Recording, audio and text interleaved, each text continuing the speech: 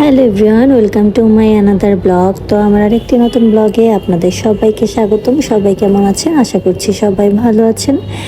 তো আজকে এখন বাজে প্রায় 10:30। তো আমি অফিস থেকে আসছি, আসার পরে দিদি বললো চল একটু বাইরে যাই, ঘুরে আসি। তো যেই কথা সেই কাজ, আমিও রেডি হয়ে বেরিয়ে পড়েছি। আর বাইরে অনেক বেশি কুয়াশা ছিল, আমরা যে সাইডে আসছি অনেক বেশি কুয়াশা ছিল, এই দিকটা একটু খোলামেলা তাই। তো এই তো আমরা আমাদের গন্তব্যে চলে আসছি। তো এখানে এসে দেখলাম অনেক বেশি মানুষ, এখন বাজে প্রায় 11টা। তারপরও এত মানুষ, আমি বুঝলাম না এত শীতের মধ্যে মানুষ কি করে। তো আমরা একটা খাবারের দোকানে আসছি, এখান থেকে আমরা কিছু খাবার অর্ডার দেব। তো আমি চিকেন মশলা দোসা আর চিকেন স্পাইসি মশলা দোসা, এই দুইটা আমরা অর্ডার করেছিলাম। তো এখানে ওই আঙ্কেলটা এগুলো বানাচ্ছে। আর এই যে এখানে চালের গুঁড়াটা একদম এই যে এরকমভাবে দিয়ে দিয়েছে। এরপরে এখানে আলুর মশলাটা দিয়ে দিয়েছে। এটা একটু স্পাইসি, তো খেতে আমার কাছে না মোটামুটি ভালোই লেগেছিল। এরপরে এই তো আমাদের দোসাটা হয়ে গেছে। তো এখন এটাকে নামিয়ে জাস্ট সার্ভ করে দিবে। তো এই তো আমাদের দোসা সামনে চলে আসছে, আর দেখে অনেক বেশি সুন্দর লাগতেছিল, আর খেতেও কিন্তু সত্যি বলতে অনেক বেশি মজা লাগতেছিল। আর আমি এর মধ্যে একটু ভিডিও করতেছিলাম, আর সোয়ামনি এইদিকে খাওয়া শুরু করে দিয়েছে। আমরা আসছিলাম মূলত দিদি, দাদা, আমি, সোয়ামনি সবাই, কিন্তু ওরা এগুলো খাবে না, তা সেজন্য আমি আর সোয়ামনি এটা খাচ্ছি। তো সত্যি কথা বলতে এটা আমি সোয়াকে জিজ্ঞেস করতেছিলাম যে তোমার কাছে কেমন লেগেছে। তো ও বললো অনেক বেশি মজা লেগেছে। আর দাদা বলতেছিল এখানে নাকি সে আগেও আসছিল, তো এখানকার খাবার নাকি তার কাছে অনেক বেশি ভালো লেগেছে, সে কারণে আমাদের কাছকে নিয়ে আসছে। আর দিদিকে অনেক রিকোয়েস্ট করেছি, তারপরে সে একটুখানি খাচ্ছে, সেটাও সে খেতে চায়নি, তারপর একটুখানি খাচ্ছে।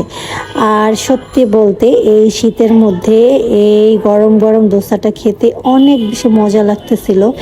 আমি তো এটা পেয়ে অনেক বেশি খুশি হয়ে গিয়েছি, কারণ এই শীতে এখানে অনেক বেশি শীত লাগতেছিল আর অনেক বেশি বাতাস, এর মধ্যে এটা খেতে আমার কাছে অনেক ভালো লেগেছে। তো এক কথায় বলতে গেলে অসাধারণ। তো আমি এখানে কপ কপ করে সব কিছু খেয়ে নিচ্ছি, তো আমার কাছে সবগুলোই অনেক বেশি ভালো লেগেছে। সত্যি কথা বলতে আমি না এর আগে কখনোই এরকম দোসা খাইনি, বা এরকম আমার না খাওয়া হয় না, কারণ আমি বাইরে খুবই কম খাই, বাইরে যাওয়াই হয় না এক কথায়। আর আমাকে যে ঘুরতে নিয়ে যাবে এমন কোনো লোকজনও নেই, আমি একদমই ঘুরতে পারি না, একা একাই থাকি সবসময় বাসায়, আর ঘোরাফেরা আমার একদমই হয় না। তো এখানে এসে আমার কাছে ভালোই লেগেছে, আর এটা আমার ফার্স্ট টাইম আমি এটা খেয়ে দেখলাম, সে কারণে হয়তো বা একটু বেশি ভালো লেগেছে। তো কথা বলতে বলতে আমাদের খাওয়া দাওয়া প্রায় শেষ। এর মধ্যে সৌরভও কল দিয়েছিল, ও অফিস থেকে বের হয়েছে, ওকেও বললাম এখানে আসার জন্য। এরপরে ও আসছে, আমরা ভাবলাম যে ও আসার পরে দিদি, দাদা আর ও কিছু হয়তো বা খাবে, আমরা অন্য কিছু খাবো। বাট কি হয়েছে, ও আসার পরে জানেন তো, ওকে এতবার করে জিজ্ঞেস করলাম যে ও কি খাবে, ও কিছুই খেলো না, আমাদের কারোর রিকোয়েস্টও শুনলো না। এরপরে ওর জন্য দিদিও আর এখানে বসে কিছুই খায়নি। কি আর করা যাবে, অনেক বেশি রাত হয়ে গিয়েছে। তারপরে আমি ওর সাথে বাসায় চলে গেলাম, আর দিদি, দাদা, ছোঁয়ামনি একটা অটো নিয়ে আমাদের পিছনে আসতেছে। তো ওরা ওখান থেকে ফুচকা কিনে নিয়ে আসছিল, বাসায় এসে খেয়েছে আর কি।